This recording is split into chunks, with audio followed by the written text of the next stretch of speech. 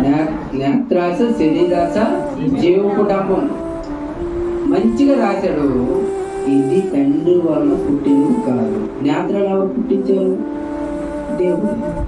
శరీరాన్ని ఎవరు ఇచ్చారు? దేవుడే. జీవపు డంబం దేవుడు కాదు. జీవపు డంబం అనేది దేవుడు కాదు. నేత్రాన్ని పుట్టించాడు దేవుడు.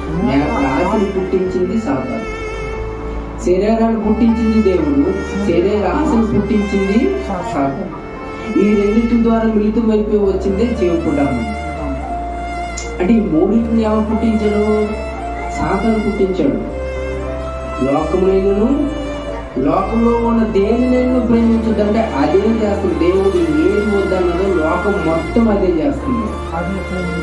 క్రైస్తవులుగా కూర్చున్న మనము, దేవుని పిల్లలుగా కూర్చున్న మనము, మోకరిస్తున్న మనము, ఆదివారం వస్తున్న మనము, దేవుళ్ళు ఎదుగుతున్న మనము, లోకంలో ఉన్న దానినైనా ప్రేమిస్తే మనలో దేవుని ప్రేమ ఎట్టి పరిస్థితుల్లో ఉండదని ఘంటాపదంగా దేవుని వాక్యం చెప్తుంది.